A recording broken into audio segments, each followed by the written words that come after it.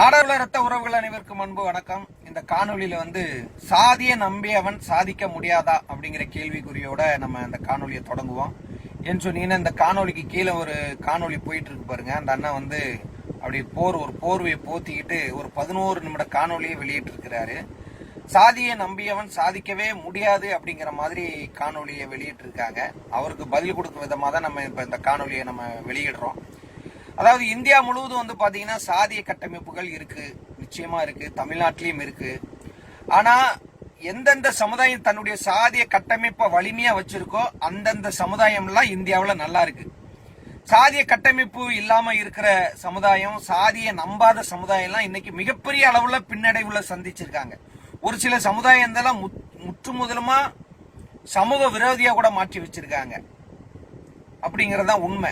அதனால நீங்க ஒரு ஆய்வு மேற்கொள்ளுங்க. சாதிய கட்டமைப்புகள் யாரெல்லாம் வலிமையா வச்சிருக்கா, சாதியை யாரெல்லாம் நம்புறாங்களோ அவங்க எல்லாம் நல்லா தான் இருக்கிறாங்க. ஆனா இவர் என்ன சொல்றாரு, சாதியை நம்பியவன் சாதிக்க முடியாது அப்படிங்கிற காணொலி போடுறாரு.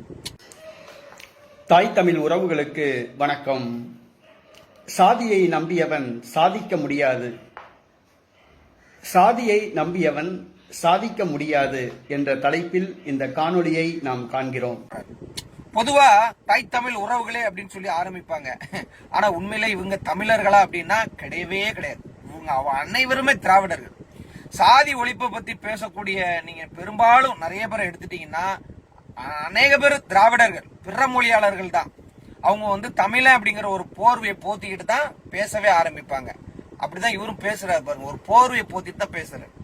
இவங்க அடையாளத்தை வெளியே சொல்ல மாட்டாங்க. உண்மையிலே சாதியை மறுத்து சாதிய ஒழிப்பு பத்தி பேசக்கூடிய உன் சாதியை சொல்றதுக்கு உனக்கு தகுதி இருக்காடா, உன் சாதியை சொல்றதுக்கு உனக்கு துணிச்சல் இருக்கா? சாதியை சொல்லவே மாட்டான்.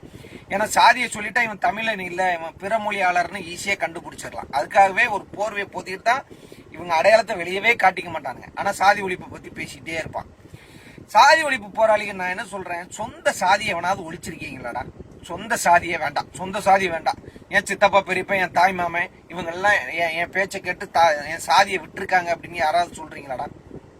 உன் பொண்டாட்டி கூட உன் பேச்சை கேட்டு சாதியை விட மாட்டாடா, மானங்கட்ட நாய்களா. அப்புறம் எப்படிடா நீ அடுத்தவனுக்கு நீ சாதி ஒழிப்பு பத்தி பேசுற?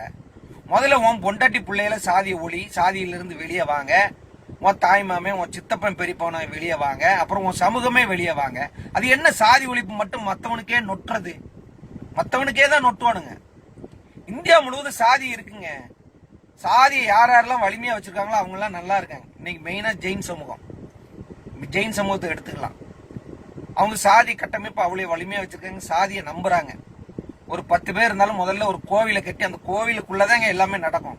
சமுதாய சங்கங்களே நடத்துவாங்க. பெண்களுக்கு தான் முதல்ல சாதிய உணர்வுகளை ஏற்படுத்துவாங்க. அது மூலயமா தான் ஒற்றுமையா வர்றாங்க, அது மூலயமா தான் தொழில் பண்றாங்க, நல்லா தான் இருக்கிறாங்க இன்னைக்கு. ஆனா சாதியால சாதிக்க முடியாது அப்படின்னு சொல்லி காணொலி போடுறான். தமிழ்நாட்டுல ஒரு சமுதாயத்தை எடுக்குன்னா நம்ம நாடார் சமுதாயத்தை எடுத்துக்கலாம். செல்லு மெடல்லாம் ஒரு 10 பேர் போனாலும் ஒரு சங்கத்தை உருவாக்கி அந்த சங்கத்து மூலயமா தொழில்களை பெருக்கி நம்ம எந்தெந்த தொழில்கள் பண்ணலாம் அப்படிங்கறத பெருக்கி இன்னைக்கு நாடு பூரா சங்கம் வச்சிருக்கோம். சங்கத்துக்கு எவ்வளவோ பள்ளிக்கூடம் இருக்கு, மண்டபம் இருக்கு, பள்ளிக்கூடங்கள் இருக்கு, மருத்துவமனைகள் நம்ம கட்டுறோம், பிள்ளைகளுக்கு நல்ல புத்திகள் சொல்லித்தரோம். அப்புறம் எப்படி சாதியை நம்ம சாதிக்க முடியாதுன்னு எதை வச்சு சொல்றானுங்க இவனுங்க? பூரா திராவிடர்கள். நம்மளை எப்படியாவது நம்ம பண்பாடு கலாச்சாரத்துல இருந்து முழுவதும் வெளியேறிடணும். இவனுக்கு தமிழன் அப்படின்னு சொல்லக்கூடிய ஒரு அடையாளமே இருக்கக்கூடாது. இவன் தமிழன்னு சொல்றதுக்கே வெக்கப்படக்கூடிய அளவுக்கு நம்மளை இவங்க தயாரப்படுத்திட்டு இருக்காங்க. நம்ம கவனமா இருக்கணும். உங்களுக்கு மண்டை உடஞ்சி போச்சு, சிறுநீரகம் பழுது, இதய ஆபரேஷன் நடக்குது, ரத்தம் தேவைப்படுதுன்னு சொல்லுங்க. உங்க சாதிக்காரன் கேளுங்க, ரத்தம் கேளுங்க. நான் இப்பதான் கொடுத்தேன், போன வாரம் தான் அப்படின்னு சொல்லுவான். இல்லாட்டினா நான் மாத்திரை சாப்பிட்டுக்கிட்டு இருக்கேன் அதனால ரத்தம் கொடுக்க கூடாது அப்படின்பா. இல்லாட்டினா எனக்கு பேக் பெயின் இருக்கு அப்படின்பா. இல்லாட்டினா எனக்கு ஸ்கின் அலர்ஜி இருக்கு அப்படின்பா. இல்லாட்டினா எனக்கு லோ ப்ரெஷர் இருக்கு அப்படின்னு சொல்லுவான். எனக்கு ரத்தம் கொடுக்க கூடாது அப்படின்னு சொல்லுவான். ஆனா உண்மையிலேயே ரத்தம் கொடுக்கலாம், ஆனா ரத்தம் கொடுக்க மாட்டான். அன்னைக்கு நீங்க என்ன செய்வீங்க?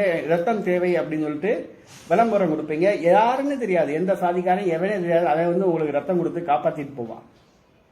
அதனால உங்க சாதியை நம்புனீங்கன்னு வச்சுக்கோங்களேன், நீங்க நாசமா தான் போவீங்க.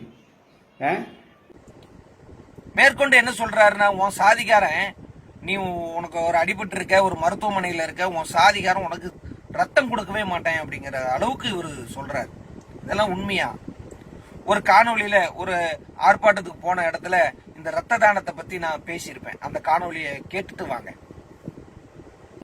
நாடார் சமுதாயம் என்னன்னு தெரிஞ்சுக்கணும். முதல்ல இந்த உளவுத்துறை அதிகாரிகள்லாம் இன்னைக்கு எங்க சங்க தலைவர்களும் எங்க சங்கமும் எனக்கு என்ன சொல்லி கொடுக்குது, என் உடம்புல ஒரு பச்சை குத்த முடியாதுங்க. நானு நீ பாருங்க, 2 தலைவரை தோல்ல தூக்கி போட்டு வந்திருக்கேன்.